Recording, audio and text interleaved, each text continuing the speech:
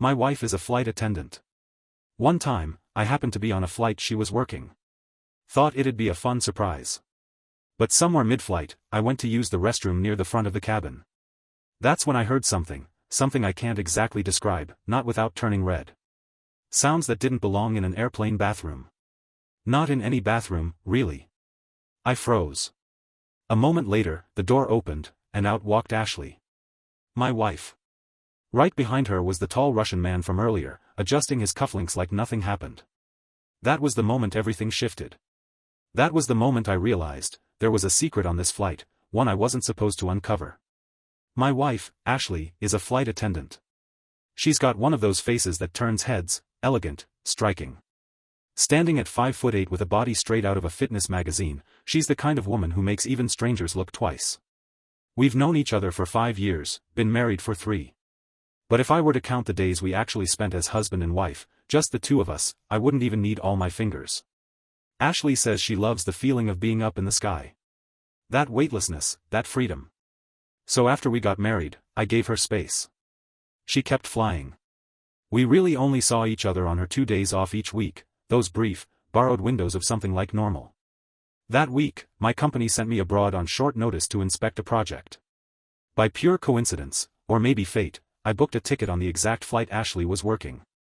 It felt like a small gift from the universe. Of course, the company only covered economy. But I had other plans. Quietly, I paid for an upgrade to first class.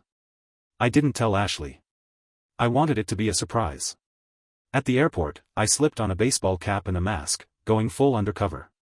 I figured it'd be fun to catch her off guard, see her reaction when she realized her husband was on board. The moment I stepped onto the plane, I spotted her. Even among a line of polished, poised flight attendants, Ashley stood out. She had that glow, that poise that made it impossible to look at anyone else. She smiled, professional but still soft, and led me to my seat. I kept my head down, staying in character. What struck me as odd, though, was how empty the first-class cabin was. Besides me, there were only 3 other passengers, a tall Russian guy and 2 Europeans. All of them had iced Americanos in front of them. Not something you usually see pre-takeoff. "Sir, would you like something to drink?" Ashley asked, her tone smooth and distant, the kind she used with strangers. I lowered my voice, trying not to tip her off. "Yeah," I said, almost whispering. "I'll have an iced Americano too." But for some reason, I could tell, Ashley looked genuinely pleased to see me. "Please hold on a moment, I'll be right back," she said with a strange brightness in her voice. There were 3 flight attendants working first class. Aside from Ashley, the other 2 were just as attractive, each with that polished, airbrushed kind of beauty that seemed custom-fit for luxury air travel.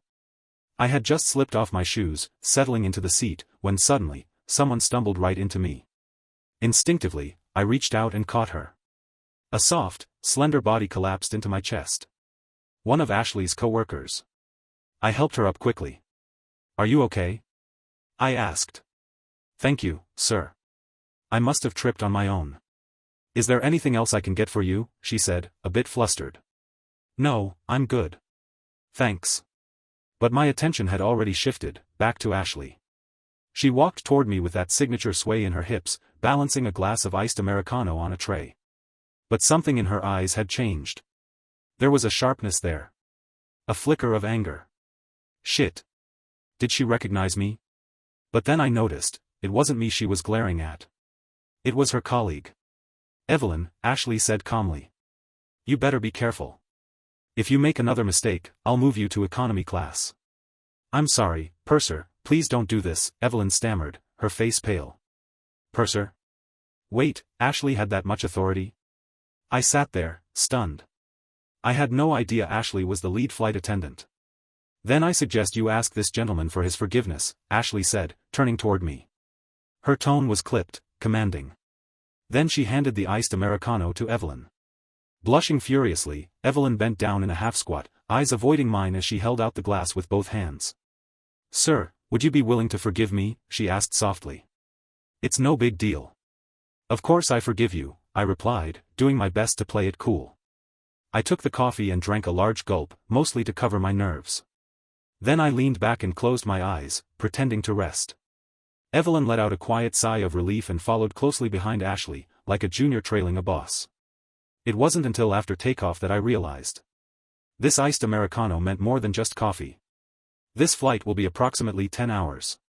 We're expected to arrive at our destination around 8 p.m. Ashley's voice came through the cabin speakers, calm and professional as ever. Almost as soon as the announcement ended, the two European men stood up in unison. Another flight attendant promptly approached them. "Gentlemen, this way to the restroom, please." Roughly 30 minutes later, the Russian man rose from his seat. This time, it was Ashley who walked over, smiling politely. "Sir, this way to the restroom." Something felt off. Sure, people get up to use the restroom on long flights, but it struck me as odd that they were being escorted, almost like appointments, not casual trips. Most planes only have 2 lavatories at the front. Were there more on this flight?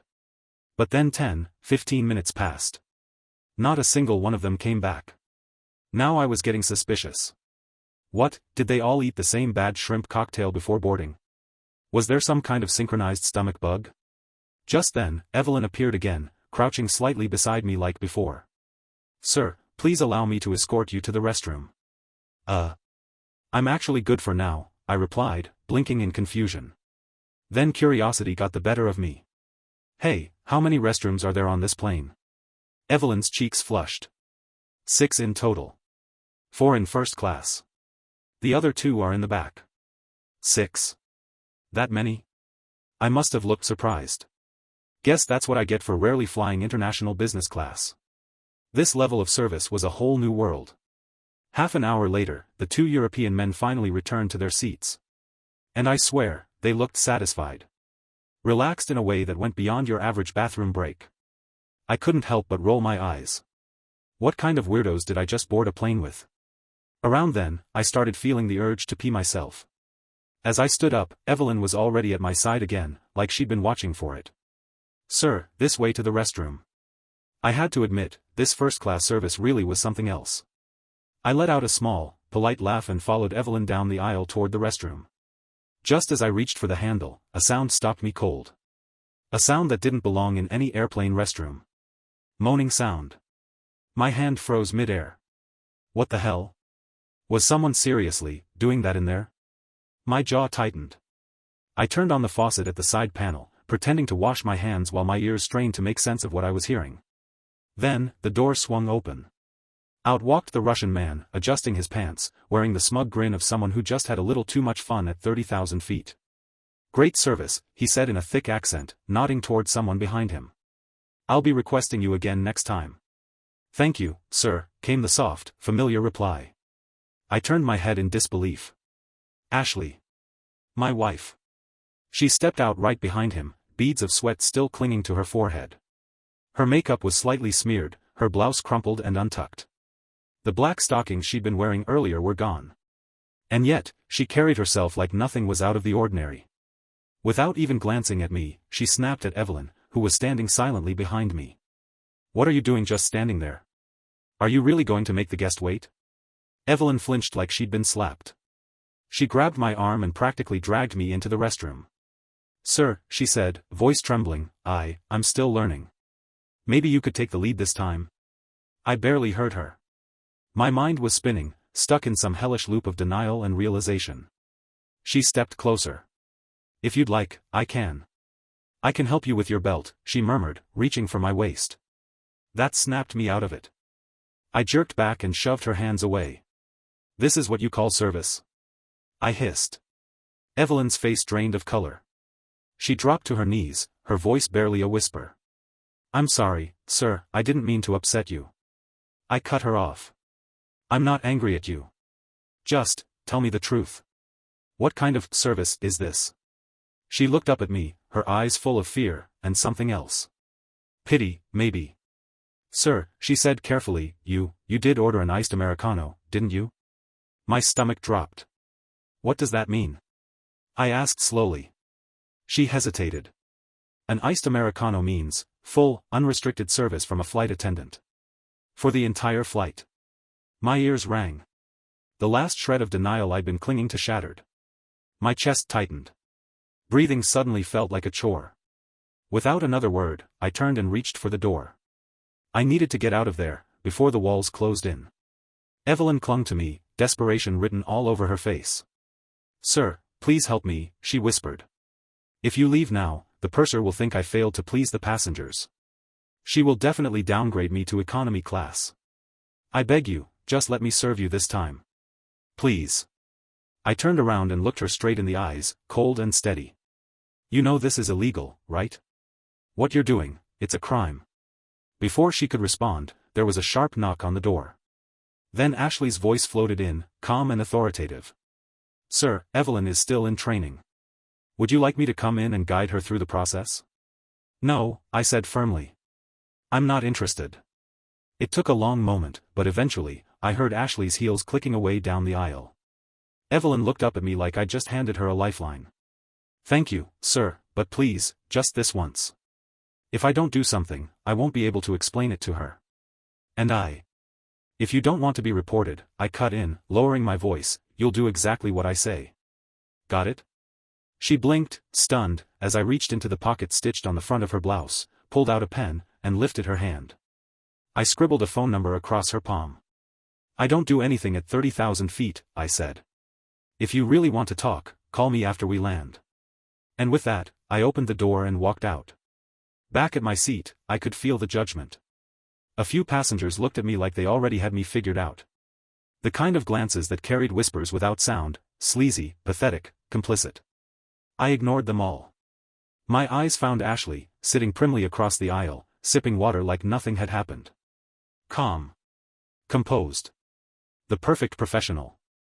But I couldn't stop asking myself. Why? Why would she do this behind my back? I'm not broke. I'm not absent. I've got a net worth in the millions. She's never had to want for anything. After we married, I let her keep flying because she said it made her feel free. I didn't question it. I trusted her. I never imagined this was the job she insisted on coming back to. My chest tightened with a bitter mix of betrayal, confusion, and disbelief. Nothing made sense anymore. Divorcing Ashley now would cost me everything. Half my assets, gone. And worse, I'd become the punchline of every joke. That poor guy whose wife played him in the skies. Thoughts swirled endlessly in my head. On a plane like this, it was nearly impossible to collect solid evidence. No cameras in first-class lavatories. No witnesses willing to speak. And if Ashley got even a hint that I suspected something, she'd shut it all down. Go silent. Cover her tracks. Then I'd never find the truth. No, I needed someone on the inside. Evelyn, she is perfect. Scared, obedient, desperate to prove herself. She could be the leverage I needed. Now all I have to do is make sure I'm not discovered during this period. By the time the captain announced our descent, it was already past 8 p.m. The cabin lights dimmed. We were preparing to land. I opened my eyes slowly. On the outside, I was calm. But under that stillness boiled a rage I could barely contain. 10 hours. 10 miserable hours. And in that time, Ashley had disappeared with those men 4 times. Once, she went with all 3 of them at once. I didn't even want to imagine what went on behind that locked door. But I saw the aftermath. Ashley, barely able to walk, leaning heavily against Evelyn for support as she returned to the cabin. Whatever love I had for her, it was gone. All that remained was a deep, gnawing disgust. And hatred. After landing, I made my way out of the terminal. I stood at the curb, waiting for my ride, trying to disappear into the crowd. Then I heard her voice. "Babe? What are you doing here?" My body went rigid. She'd spotted me? I turned around quickly, scrambling to come up with some excuse. But she wasn't talking to me. Ashley ran straight past, into the arms of the tall Russian man from the flight. She threw herself at him, clinging to his neck like a teenage girl with a crush. Then, in full view of everyone, she kissed him. Open-mouthed. Hungry. "Babe, I've been on my feet for 10 hours. My legs are killing me. Will you carry me to the car?" She looked so tiny wrapped around him, this man who stood at least 6'5". He grinned, clearly enjoying the show, and scooped her up effortlessly. They climbed into a black SUV parked along the curb. And through the tinted window, I could see his hand sliding under her blouse like it was nothing. Like this was just how they said hello. I stood there, numb, watching the woman I once loved, the woman I once trusted, become a stranger before my eyes. The same woman I had once considered the greatest treasure of my life. What a joke. If it hadn't been for this flight, I probably would have gone to my grave never knowing just how efficient Ashley really was, with her time, and with her secrets. A husband waiting for her back home. A Russian lover abroad. And in between? She kept herself busy mid-air, entertaining strangers at 30,000 feet. How much more was I missing? My breath started to quicken, my chest tightening from the weight of it all. Then, out of nowhere, a cold bottle of water appeared in front of me. "Here, drink something," Evelyn said softly, tugging a small suitcase behind her. She glanced in the direction Ashley had disappeared and added, "Ashley doesn't meet clients on the ground. Only on the plane. If you were hoping for more, I wouldn't count on it." I narrowed my eyes.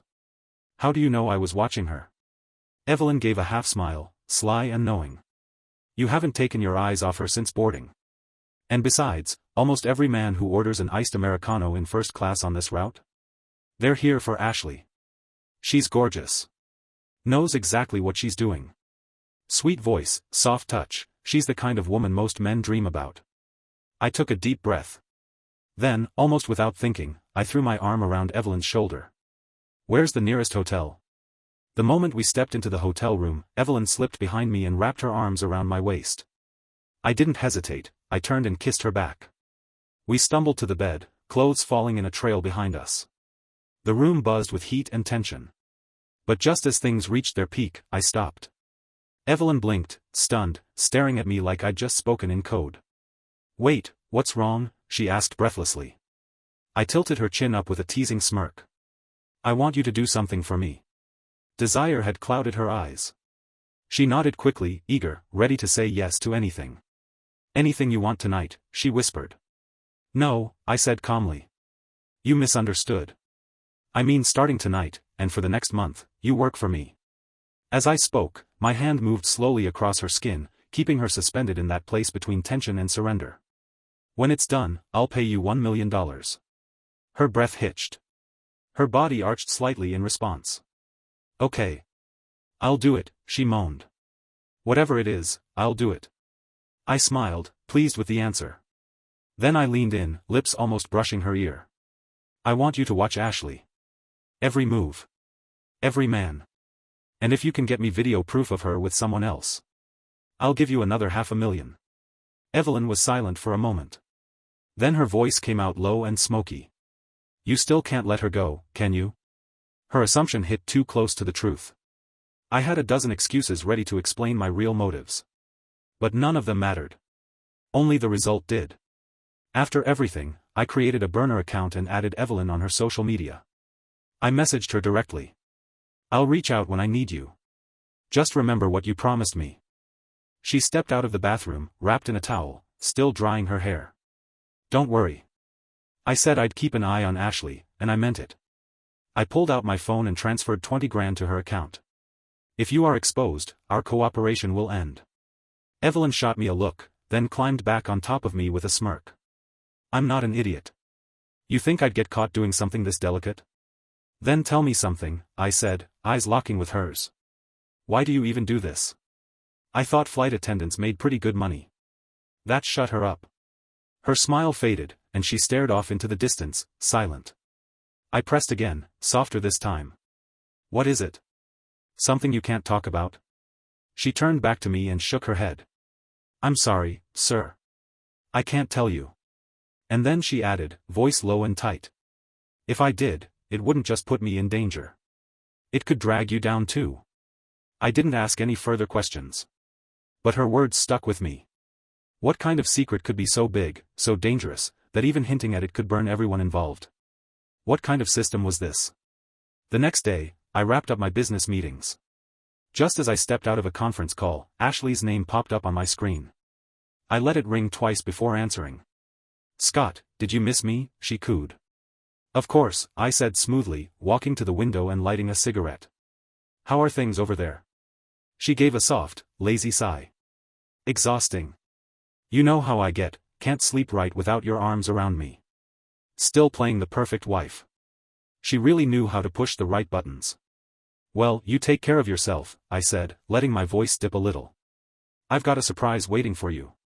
She laughed lightly, said a few sweet nothings, then hung up with some flimsy excuse about another call.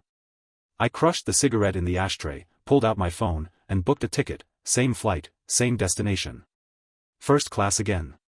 But this time, no hat. No mask. No disguise. Let her see me. Let her feel the shift in power. I wondered what her face would look like when she spotted me at the gate. Would it be fear? Shock? Anger? Maybe she'd try to play it cool. Or maybe she'd lose it and demand I change cabins. But what I never expected, what I couldn't have predicted at all, was how she actually reacted when we finally came face to face. The next day, I handed my boarding pass to Ashley. She took it without hesitation, her face the perfect picture of professional courtesy. "Welcome aboard, sir. First class is this way," she said with a polite smile, like I was just another passenger. Like we'd never shared a bed. A life. I followed her down the aisle, unsettled by her calm. At my seat, she bent down, fastened my seatbelt with practiced ease, then returned with a pair of slippers and gently helped me switch out of my shoes. Everything was exactly like the last time. Every movement, every word, eerily familiar. But where was the fear? Where was the panic? She should have at least flinched. Should have felt something. "Sir, I hope you enjoy your flight," she said smoothly, turning to walk away.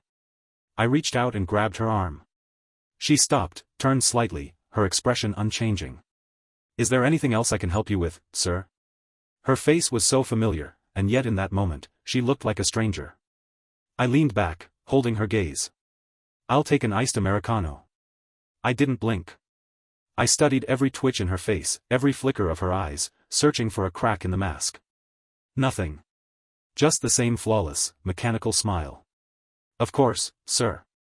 I'll bring it right away." She turned and walked off, heels clicking against the carpet, and I sat there, hollowed out.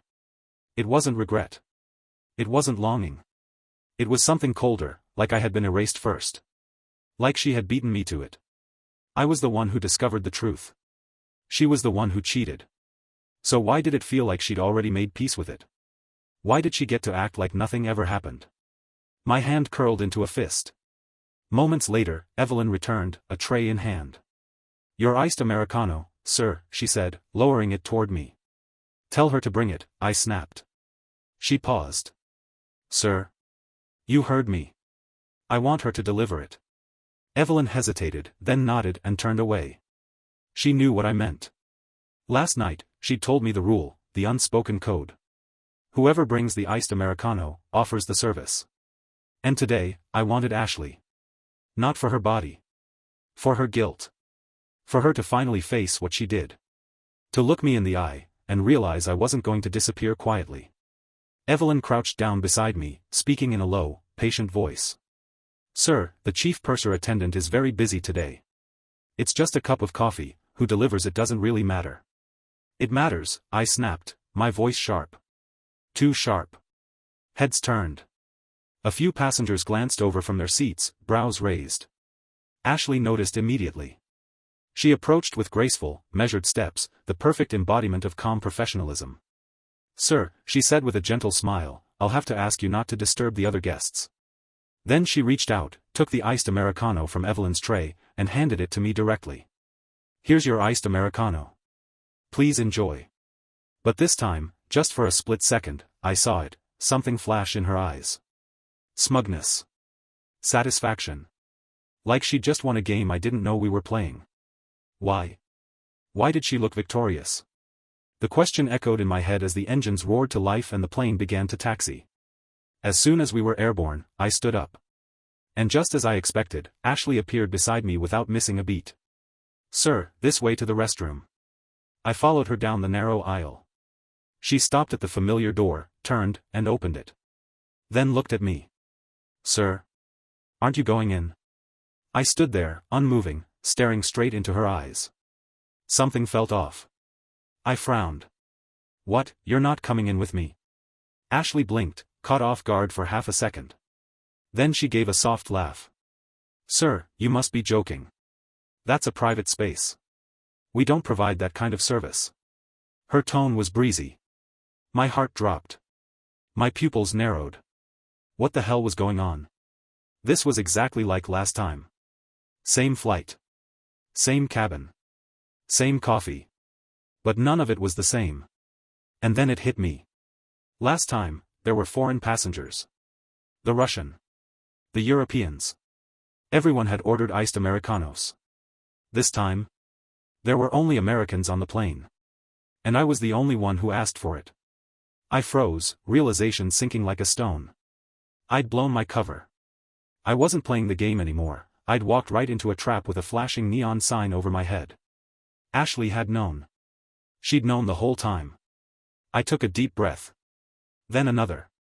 It was time to stop pretending. Time to lay everything on the table. Ashley, I said, my voice low but shaking, why are you doing this? She tilted her head slightly, eyes wide, innocent. I'm not sure what you mean. I stared at her. First class. Iced Americano. What is it, really? Ashley blinked, her expression unreadable. Those are standard things on any flight.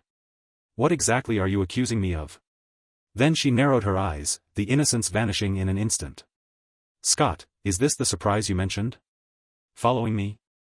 No, You're unbelievable, she cut in sharply. Immature. Dishonest. You go on and on about giving me freedom, and then you sneak onto my flight to spy on me? I can't even begin to tell you how disappointed I am. She spun on her heel, ready to walk away. But I grabbed her wrist and pressed her back against the wall. Ashley, I'm not done talking. She shoved me hard, her tone icy. Scott, I'm warning you. I'm at work. Don't make a scene and don't interfere with my job. Then she turned and walked away, back into the cabin with the grace of someone who had nothing to hide, and nothing to lose. I stood there for what felt like forever, my heart pounding, fury boiling under my skin. The cool, calculated way she flipped the narrative, turned me into the villain, as if I were the one who crossed a line. I couldn't take it anymore. I walked to the sink, turned on the tap, and shoved my head under the stream of ice-cold water. It roared against my ears, numbing everything, the rage, the confusion, the ache in my chest. Only when I could barely breathe did I finally shut it off. I gripped the sides of the sink, water dripping from my face, lungs burning. That's when I heard a voice behind me. Didn't expect you to be Ashley's husband. I grabbed the towel in front of me and ran it through my dripping hair. As I looked up, my eyes locked onto Evelyn's reflection in the mirror behind me. You betrayed me? She shook her head. No. You just picked the wrong flight. What does that mean? I asked, voice low and tense. She took a step closer and began to explain. Only certain international airlines offered the kind of service I'd discovered. The kind where iced Americanos meant more than caffeine. But today's flight? It wasn't one of those. It was a domestic carrier, entirely different rules, different structure. And worst of all? First-class passenger information is fully available to the crew, she said quietly. I went cold. That meant from the very first flight, Ashley knew. She knew I was on board. Was this all some kind of twisted performance? A setup? No wonder she hadn't flinched. No wonder she was so calm. She'd planned this, prepared for it. And I had walked straight into it like an amateur. Just as I turned to leave, Evelyn stepped forward and tapped me gently on the cheek. Don't worry, she said. I gave you my word. I'll still get you what you need. I nodded slightly, then made my way back to my seat, my thoughts racing. How was I supposed to face Ashley now?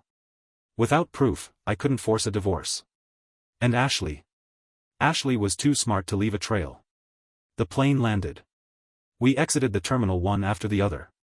No words exchanged. A car waited curbside, ours. We got in. Still nothing. The silence was heavier than any argument. When we got home, Ashley slipped off her heels and tossed them carelessly by the door. She walked straight to the wine cabinet and pulled out 2 bottles of red. Drink with me, she asked, already twisting the corkscrew. I didn't say a word. Didn't nod. Didn't shake my head. Just sat down. Ashley didn't wait for a response, she poured and handed me a glass. Then poured one for herself. She didn't drink much, usually. But tonight? She kept refilling her glass, clinking it against mine, urging me to drink faster. She laughed too loud, talked too fast, like she was trying to drown something before it could surface. By the time I realized I was tipsy, Ashley was already drunk. She leaned against me, her words slurred and eyes glassy. Scott, don't trust Evelyn. Don't trust anyone. What do you mean? I asked, heart skipping. But before she could answer, she was out cold, breathing softly, completely passed out. I must have dozed off not long after. When I woke up, the sun was up, and Ashley was gone. All that remained was a single sheet of paper on the table. The divorce agreement. Signed. She'd waived all claims to our marital assets. No alimony, no settlement. Nothing. I stared at the signature in disbelief. No fight. No bargaining. No threats. Just, a clean break. Why? Why so easily? None of this made sense. My mind spun as I reached for my phone and called her. Voicemail. Phone off. I tried Evelyn next. She answered almost immediately. Hello? Where's Ashley? I demanded. A pause. Mr. Scott. Ashley's your wife, not mine. It's our day off. How would I know where she is? Get over here. Now. I ended the call before she could respond and folded the agreement carefully, tucking it away. Ashley's last words echoed in my head like a riddle I couldn't solve. Don't trust Evelyn. Don't trust anyone. What the hell was she trying to warn me about? 3 cigarettes later, Evelyn showed up. This time, she didn't look like a nervous flight attendant. She looked like she was dressed for a party, micro mini skirt, tight camisole, heels clicking down my hallway like she owned it. You said you wanted to know where Ashley went, she said, dropping her purse on the counter. I just got off the phone with someone at the company. She picked up an extra shift, she's on an international route. Which flight? I stood up immediately, all hesitation gone. I didn't care if she wanted to disappear. I needed to see her. To finish this properly. Face to face. An hour later, I was on another plane, Evelyn at my side. The moment we landed, I started calling Ashley non-stop. Still nothing. Just that same cold, automated voice, the number you're calling is currently unavailable. Had she blocked me? I tried calling from Evelyn's phone. Same result. Suddenly, Evelyn's phone lit up. She answered, and her expression changed instantly. The color drained from her face as she glanced at me, hesitating. What is it? I asked, my voice sharper than I meant. Is it Ashley? Did something happen? She bit her lip, struggling to speak. Then finally. Yes. But. Scott, Ashley had an incident on the plane. She's at the hospital. They're trying to save her. By the time we reached the hospital, it was already too late. Ashley was gone. What I saw wasn't my wife, just her body under a white sheet, and a death certificate in a cold plastic sleeve. In the span of a single night, she had vanished from my world forever. My mind couldn't catch up. Her face, always vibrant, playful, maddening and magnetic, flickered through my thoughts like an old film reel. How could it end like this? Why now? Why today? A doctor pulled me aside. His face was grave as he delivered the news. Ashley died from internal hemorrhaging caused by severe trauma. His words rang in my ears, but didn't land. Then Evelyn returned from speaking to the nurses, her face pale, jaw clenched. She was with 8 passengers, she said quietly. All at once. By the time they landed. She didn't need to finish. I stared at her, hollow, my hands trembling at my sides. This should have brought relief. Ashley had betrayed me. Lied to me. And now, legally, she was no longer my wife. There was a large insurance policy in place. I stood to receive all of it. So why did I feel nothing but grief? No satisfaction. No justice. No peace. Only a gnawing ache that pressed deeper by the hour. After the funeral, after the guests had left, I returned home alone. The apartment was too quiet. The kind of silence that swallows you whole. Grief turned to rage. Then back to grief. I lay down, thinking maybe I could finally rest. But every time I closed my eyes, Ashley's face was there, flashing in front of me, smiling, crying, taunting. Until it wasn't sadness anymore. It was suffocating. And I couldn't breathe. I got up and walked straight to the safe. Carefully, I placed the signed divorce agreement inside. But as I was about to close it, something else caught my eye. The life insurance policy. Ashley's. She bought insurance for herself a few months ago. We'd argued about it at the time. I'd thought it was unnecessary, even paranoid. But she'd insisted. You never know what can happen in the air, she'd said. And she'd named me as the sole beneficiary. Looking at it now, it didn't feel like paranoia. It felt like planning. Premeditation. Like she knew. And if she knew, then someone else knew too. That was the moment I made up my mind. Ashley wasn't going to die for nothing. I quit my job. Sold off everything, stocks, the house, the cars. I took the payout from the insurance and poured it into one thing. I hired a team of private investigators. Told them to dig into the airline. Everyone Ashley ever worked with. No one was off limits. It took 3 months. 3 exhausting, obsessive months. But finally, I found something. Silence that felt too coordinated. I began to suspect these flight attendants weren't just complicit, they were coerced. This wasn't freelance misconduct. This was a system. I needed more. Real proof. So I contacted Evelyn. And once again, I boarded the same route, same airline, same seat in first class. I kept my head down as I settled in. Iced Americano, I said softly. There was a pause. Then a familiar voice replied. Right away, sir. My head shot up. Evelyn. She wasn't supposed to be on this flight. How? She leaned in close, lips barely parting as she whispered. I came just for you, Mr. Scott. Then she turned, hips swaying, and returned a moment later with a cup balanced neatly on a tray. Your iced Americano. I looked up and met her eyes. And there it was, that glimmer. That flicker of something smug. Secretive. Thanks, I said evenly. She smiled. See you soon. Then turned and walked down the aisle toward a new passenger, a tall Russian man in a designer coat. Just as she passed a younger flight attendant I didn't recognize, the girl hesitated and stepped toward her. Lead attendant, the gentleman in row 1 asked for an iced Americano. Should I? Her voice was unsure. Nervous. She wasn't in any of the personnel files we'd pulled. Had to be new. Evelyn just laughed softly. No worries, she said, waving it off. You go get him a pair of slippers instead. Then she pointed, straight at me. The young flight attendant returned quickly, a pair of slippers in hand. She crouched down beside me. And as she did, she whispered. Don't trust anyone. My body went rigid. Those words. The exact same words Ashley had said the night before she died. I stared at her, heart thudding. Who are you? She didn't flinch. Just smiled softly and replied. Call me Bonnie, sir. The plane took off.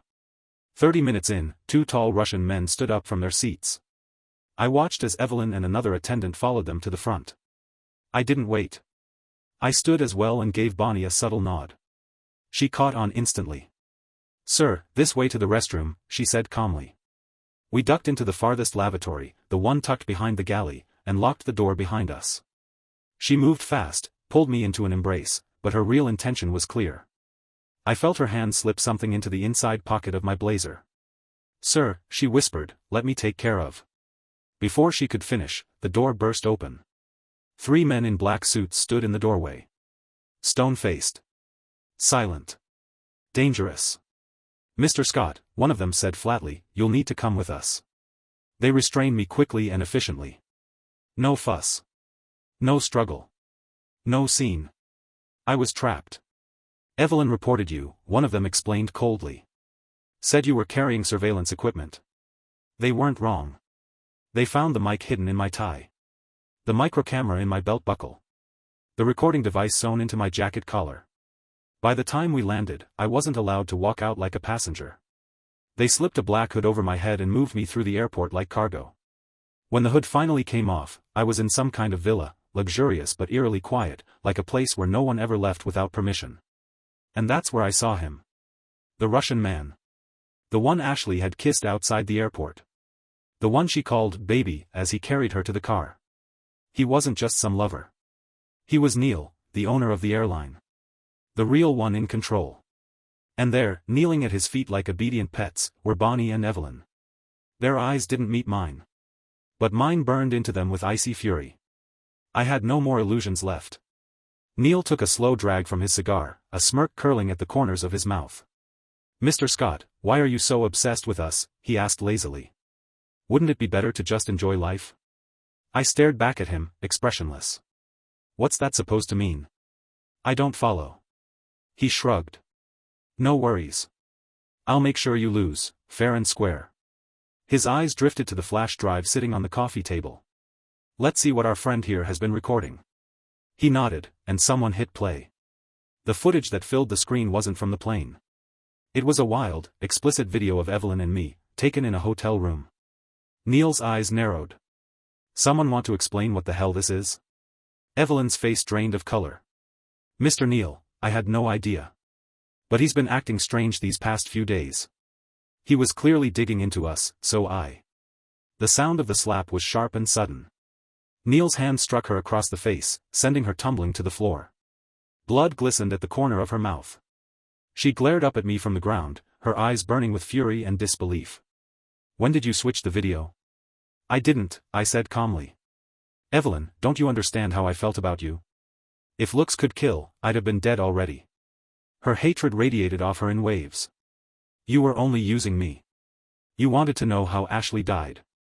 That's the only reason you came back. I gave her a smile, sharp, cruel, final. No. I came to you for proof she cheated. But now she's dead. Everything she owned. It's mine. Why the hell would I bother investigating you anymore? You're lying. You must be. Before she could finish, Neil gestured, and two men stepped forward without a word. They dragged her out, kicking and screaming. I'm sorry for the trouble, Mr. Scott, Neil said with a grin that didn't reach his eyes. But, my cover's blown. You're not leaving here. What do you want? I asked, my voice tight. Neil chuckled and gave a slow shake of his head. If you hand over all your assets, I'll tell you everything. And I promise, you'll be taken care of. Fine, I said flatly. You've got a deal. I tossed a bank card onto the table. That's everything I've got. He picked it up, typed something into his laptop, then gave an approving nod. Well now, Mr. Scott, honest men are hard to come by. I respect that. I really do. Then he told me everything. The airline existed for one reason, money. Neil had dirt on the flight attendants. Every last one of them. With threats and promises, he coerced them into doing business mid-flight. Anyone who disobeyed, anyone who even thought about exposing the company, never made it off the plane alive. Ashley had been different. She hadn't been a risk. Not until I asked Evelyn to dig into her. That single request triggered a chain reaction. The company couldn't afford loose ends. So they had her killed. On the plane. The blood drained from my face as the truth hit me like a freight train. I was the reason she died. If I hadn't asked questions, if I had just left it alone, Ashley would still be alive. And then Neil said it. Well, that's the end of the line for you, Scott. Before I could react, a voice rang out behind him. As soon as she finished her words, Bonnie controlled Neil from behind. You're under arrest. The next moment, a group of police rushed into the villa, raised their guns, and shouted orders. Within seconds, Neil and his bodyguards were surrounded. Bonnie was with Interpol. Ashley had been her informant, brave, committed, and willing to risk everything to help bring Neil's transnational crimes to light. She'd taken a job at the airline, knowing exactly what she was stepping into. But then I came along, and everything spiraled off course. After Ashley died, Bonnie stepped in to take her place. The moment she saw me, she tried to warn me. That was in the bathroom, when she slipped the flash drive into my pocket. And I gave her my spare listening device in return. We didn't need many words. We both knew what we were doing. Just now, I'd steered Neil straight into a confession. Every damning word had been recorded. It was over. I found myself standing at Ashley's grave again. Grief, guilt, and a strange kind of peace washed over me all at once, sharp, then quiet, then sharp again. I didn't hear Bonnie walk up behind me. She placed a single flower down beside mine. Somebody had to do it, she said softly. Right? 3 months later, Neil was sentenced to death. The entire airline was dismantled from the inside out. Every flight attendant who had been blackmailed or coerced was freed from the nightmare. It was over. And for the first time in a long time, I was ready to begin again. I am Ashley, a flight attendant purser, a woman serving in the sky, and also, an undercover agent with a secret. I've always believed that flying is the best way to escape the world below. From the moment I boarded my first flight at 18, I was hooked, The rush of takeoff, the piercing altitude pressing against my eardrums, the way your heart races as the clouds swallow you whole. The world shrinks until it looks like a toy set, and everything that once felt heavy gets left behind on the ground. Flying, to me, meant freedom. It meant chasing dreams. It meant I didn't have to face the things I wasn't ready for. Becoming a flight attendant was my choice. My parents didn't approve. They worried it wasn't safe, said a girl drifting from city to city would never have a real home. But I held my ground. Along the way, I have also rejected many stable relationships. Then I met Scott. He was different, one of the rare men who didn't try to clip my wings. You can fly as long as you want, he told me. I'll be here when you land. Back then, I believed I'd found the one. The man who'd be my soft place to fall when the sky got too high, too cold, too far away. We went from lovers to husband and wife, and it wasn't always easy. He was always working. I was always gone. Most weeks we saw each other 2 days, maybe less. Sometimes he'd smile through his exhaustion and ask, "Do you love the sky more than me?" I'd always laugh and say, "I love you just as much as the sky." But he never knew. The moment I truly started to fear flying was the moment I met Neil. Neil is our newest investor in the company. Polished on the outside, sure, but underneath the designer suits and warm smiles, he was a predator in cashmere. The first time he approached me was after a flight, in the lounge reserved for first-class crew. He slid a cup of coffee across the table and said, "Ashley, you've got the looks. Clean, elegant. You're exactly the kind of woman we need." I froze. He didn't strike me as the type to make casual passes. But then he said something I'll never forget. "If you're willing to join the company's new project, your monthly income could increase tenfold." I didn't understand at first. He kept smiling as he explained. They were running a private operation, a covert service for select first-class passengers. If a customer ordered an iced Americano, it wasn't about the coffee. It was a code, a signal. Customers who order this drink are purchasing the full companionship of a flight attendant, not just smiles and service during the flight, but all needs. I refused immediately. He wasn't angry, he just smiled and said, "Don't be so quick to say no. Think it over before answering me." Then he threw a USB flash drive into my hand. That night in the hotel, I opened it, then closed it, then opened it again. Inside were files, folders organized by name, by date, photos of my family, images from my reckless teenage years I didn't even remember taking, clips from a few drunken college nights that should have disappeared into the fog of time. But they hadn't. They'd been collected, cataloged, weaponized. I went to the police. Nothing came of it. I tried to resign. Anonymous threats followed. I confided in a few colleagues. The looks they gave me said it all. They weren't ignorant. They were terrified. That period nearly broke me. There were nights I seriously thought about opening the emergency door mid-flight and just ending it. Then Bonnie showed up. Neil had assigned her to our crew. New hire, quiet, reserved, with eyes like winter glass. At first, I didn't like her. She didn't speak unless spoken to. She didn't smile. Then one day, she slipped a folded post-it into my palm. It read, "I'm not one of them. You can trust me." She was Interpol, embedded deep in Neil's operation, investigating a global trafficking network that stretched far beyond what I had imagined. In that moment, I finally had something I hadn't felt in weeks. Have a direction. We formed a quiet alliance. I pretended to cooperate, even accepted Neil's promotion to chief flight attendant. On the surface, I became one of the leaders of the project. Behind the scenes, I was feeding Bonnie every detail I could gather. Every flight felt like a game of Russian roulette. I'd never been so aware of how thin the thread was between life and death. But there was no turning back. Not after what I'd seen. Not after watching so many of my sisters Neil break, get demoted, or worse, just disappear. I wasn't a saint. I wasn't a hero.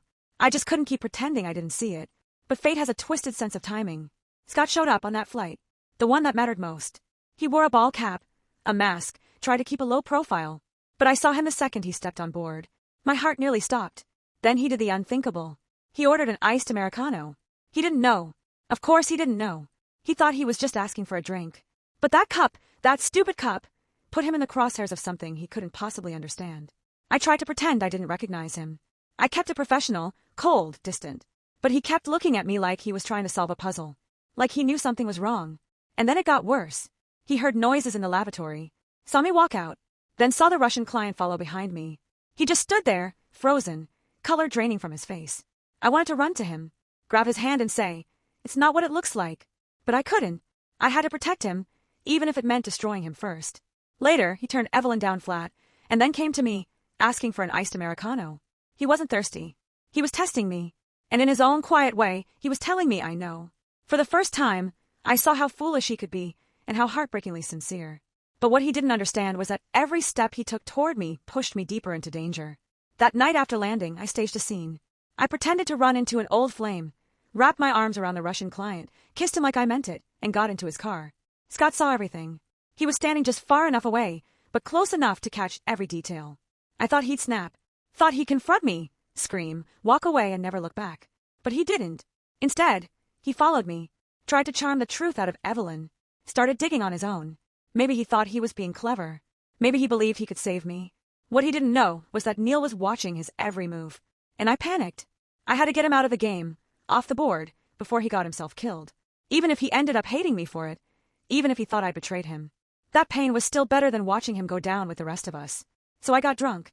Deliberately. Let my guard down just enough to whisper one thing. Don't trust Evelyn. Don't trust anyone. Then I signed the divorce papers. Gave up everything.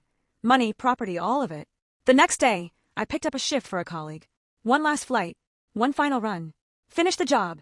Disappear. Erase myself from the sky. But fate had one more cruel twist to deliver. Neil had placed someone on that flight. He knew I was slipping. Suspected I'd crossed a line I couldn't uncross. Midair, I felt it. Something wrong in my body. My vision blurred. Pain shot through me. The last thing I remember was the blood soaking through my uniform, and my hands, shaking, reaching for something, someone. The report said I died from severe hemorrhaging caused by internal trauma. How poetic. A chief flight attendant. A covert informant. Dead with no statement, no confession. No goodbye. But I knew Scott would go looking. He'd dig for the truth. He'd curse my name and grieve at the same time. And that was okay. Because he was alive. He was free. And he was finally out of the storm. Bonnie finished what I started. Neil was arrested. The airline was shut down. The flight attendants were freed. And me. I finally left the sky behind for good. Scott, my dear Scott. If you're reading this, it means Bonnie kept her promise. It means she left this behind for you. And it means I'm gone. You'll never know how deeply I loved you. You'll never know that on every single flight, the only thing playing on repeat in my headphones was that voice memo you once sent me. Fly high. I'll be waiting with hot cocoa when you get back. Well, I flew even higher this time. So high you can't reach me anymore. But I never truly left. I've been up here, in the clouds, watching you. Always. If there's such a thing as another life, I hope we meet on the ground next time. Don't fly so high, Scott. It gets too lonely up here. You already gave me the whole world. Do you remember that trip to Portland? The first time I ever saw snow-covered mountains. The first time I ever fell asleep in someone's arms and felt safe. That night, I made a silent promise. No matter how high I flew, I'd always come back to you. But now, maybe I can only keep that promise in your dreams. You once told me, if you ever stop flying, I'll open a coffee shop. You can sit by the window all day and wait for me to come home. Lately, I keep thinking about that. If we had done it, really done it, if we'd chosen the simple life, the quiet one, maybe none of this would have happened. Maybe I'd still be holding your hand. But life doesn't come with a rewind button. There's no what if. We both made the best choices we could. We both fought the best we knew how. So live for me, Scott. Live the life I didn't get to start. And when you do, know that I'll still be flying. Right there. In your heart.